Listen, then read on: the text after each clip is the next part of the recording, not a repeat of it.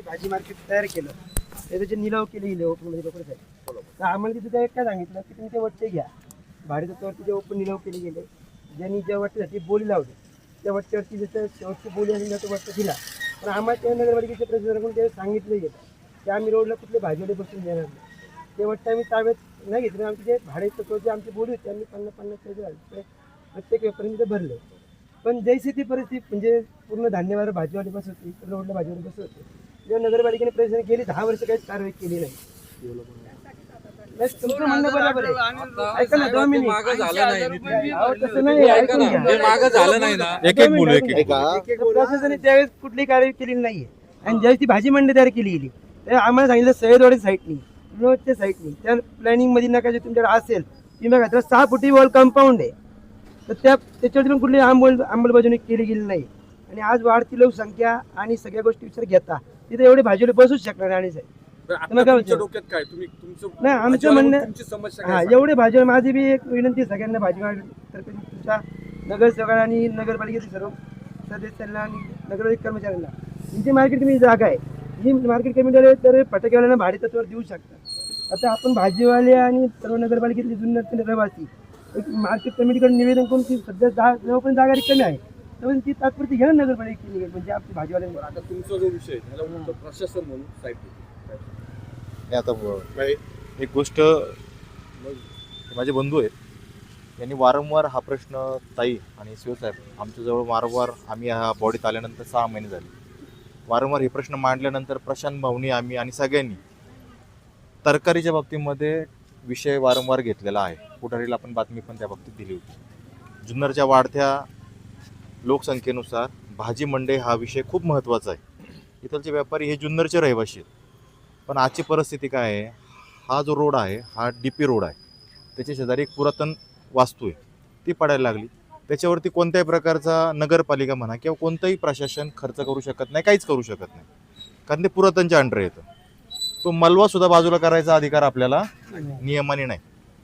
आता हे जे DP रोडमध्ये हे यांचं टेम्पररी काम करत होते आत्ता नितीन भाऊ प्रशासनामध्ये आणि नगरसेवकांमध्ये असं संभाषण झालंय इथं काही जीवितहानी होण्यापेक्षा तिथं लिलाव नाही करायचा. तुमचे जे लिलाव झाले ते बाजूला ठेवा. आत्ता टेम्पररी सोय म्हणून तुम्हाला सगळ्यांना तिथं शिफ्ट करणार टेम्पररी सोय म्हणून. त्या टायमिंगला जुन्नर शहरामध्ये कुठंही कोणताही भाजीवाला बसणार नाही अशी ग्वाही CO साहेबांनी प्रशासनाने दिली. उद्या पेपर नोटीस होणार आहे पोलीस स्टेशनला पत्रव्यवहार होणार आहे. हा रोड पूर्ण म्हणजे अतिवृष्टीमुळे जर काही घटना घडली तर त्याला प्रशासन जबाबदार राहू शकतं. त्याच्यामुळे हा पूर्ण बंद करणार आहे. हा तुम्हाला चॅनलद्वारे उद्या पेपर नोटीसद्वारे आणि पोलीस स्टेशनला पत्र देऊन कळवलं जाईल. तुम्ही भाजी मंडईमध्ये बसायचं तुम्हाला कोणताही चार्ज सध्या घेतला जाणार नाही. तुमचा रेग्युलर तुम्ही धंदा करा. त्या ठिकाणी जी टेम्पररी सोय आहे टॉयलेट असेल मुरुम टाकायचा असेल ते प्रशासन करणार आहे. सेकंड पार्ट भाजी मंडईशी रिलेटेड वाढती जुन्नर पाहता एक चांगला विचार सगळे जुन्नरकर आणि सगळे नगरसेवक घेणार आहे कारण निवडून देणार तुम्ही आम्हाला. या बाबतीत चांगला विचार आम्ही नक्कीच करू आणि तो विषय येत्या जनरल बॉडी मीटिंगमध्ये आपण घेऊ आणि त्याच्याबद्दल चांगली अजून मोठी म्हणजे चांगली भाजी मंडई झाली पाहिजे सुशोभ आणि सगळ्यांना पुरलं पाहिजे असं करू. पण आज जर कधी एखादी गोष्ट घडली तर त्याला जबाबदार कोण राहील. ही पर्याय जागा करून घे ना मार्केट संबंधित. आता ही गोष्ट मार्केटला आम्हाला पत्र जागा नाही ना होणार आहे सर ती अपूर्ण जागा आहे ती. आता सध्या मला काय म्हणायचं ऐका ना आता तुमच्याकडे 66 लोकांची यादी 66 लोकांची 66 लोकांच्या यादीमध्ये जर पाहिलं गेलं 66 लोक तिथे 96 गाळे आहेत. गाडी छोटी सर म्हणून सध्या मी काय म्हणतो बघा काही गोष्ट घडण्यापेक्षा टेम्पररी तुम्ही ऍडजस्ट करा टेम्पररी ऍडजस्ट करा पर्याय निघन ना. तुम्ही फॉलोअप मध्ये राहू. एक कमिटी आपण स्थापन करणार आहे नगरपालिकेची मग त्याच्यामध्ये काही नगरसेवक राहतील आणि प्रशासन राहील अजून पर्याय व्यवस्था काढू. आता आम्हाला मागच्या सारखं डिवाइडला जागा द्या ना तात्पुरती स्वरूपात. मी काय सांगितलं तुम्हाला काय होतंय आज प्रत्येक ग्राहकाच्या अपेक्षा आम्ही गाडीच्या खाली उतरून भाजी घेत नाहीये. प्रत्येक गिरायकाला विषय आहे भाऊ की गाडी भाजीच्या दुकानामध्ये गेली पाहिजे. तुम्हाला जर कधी जुन्नर शहरामध्ये प्रशासनाने स्ट्रिक्ट भूमिका घेतली का भाजी मंडई सोडून भाजी नाही. आता बघा लायसन 4च लोकांकडे व्यापारी सगळे माझ्या घरातले माझे मित्र परिवार जुन्नर शहरामधले 4च वेळा लायसन्स आहेत. तसं जर लायसनच नसेल तर त्या व्यापाऱ्यांना सोय करून द्यायची नगरपालिकेची जबाबदारी काय. माझं म्हणणं काय, व्यापाऱ्यांची बाईक युनिटी झाली पाहिजे, त्यांनी लायसन काढले पाहिजे. नाही ठीक आहे ना. लायसन दिलं नाही नगरपालिकेने आम्हाला. नाही आता काढलं पाहिजे ना, आपण काय केलं पाहिजे, व्यापारी म्हणून लायसन काढले पाहिजे ना. नाही नगरपालिका कुठं काय तुमचे काहीच नाही ना आम्हाला आजपर्यंत. एकदा आम्हाला अनिल आता आम्ही सगळे नवीन निवडून आलो. मार्केट कमिटीने कसं समजा प्रत्येक समजा लायसन ज्यावेळेस सर आपले अनिल मिर्जा नगराध्यक्ष होते त्यांनी तो ठराव टाकला होता लायसन करून घ्यायचा, पण तो काय तिथून पुढे आमच्या फक्त आम्हाला सांगितलं की आधार कार्ड वगैरे द्या आणि काय झालंच नाही, लायसन काढले गेले नाही. मी आज तुम्हाला सांगतो, जुन्नर शहरामध्ये काही नाही सर, काही नियम ऐकून घ्या. मी लहान मोठे इथे तुम्ही मला रोड पाहिले भाजी करा, पण कधीच काय झालेलं नाहीये. फायद्याचं आहे ते फक्त नगरपालिका येते 2 दिवस कारवाई नाही, करते, आता होईल, सोडून आता- देते. नाही, नाही, आता होईल. आता असं विषय. परिस्थिती बेकार. नाही, पण आता आता- रोडवर द्या ना डिवाइड, काय प्रॉब्लेम आहे. अहो तो जर मालकी हक्क नगरपालिकेचा नाहीये तर नगरपालिका देऊ कसे काय ती? ती PWDचा अधिकार जागा नाही ना पुरे सर, डिवायडर PWDच्या अंतर्गत येते. जागा जगाने पुरत नाही.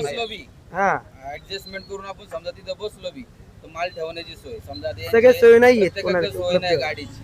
आता इथं आम्ही पाठीमागे गाडी लावतोय. सांगायचं सर, ती भाजी मंडई पुरली नाही तर आता वारंवार प्रशांतजीने आम्ही सगळ्यांनी मिळून जो ठराव मांडलेला आहे का व्यवस्थित जागा अवेलेबल करून द्या.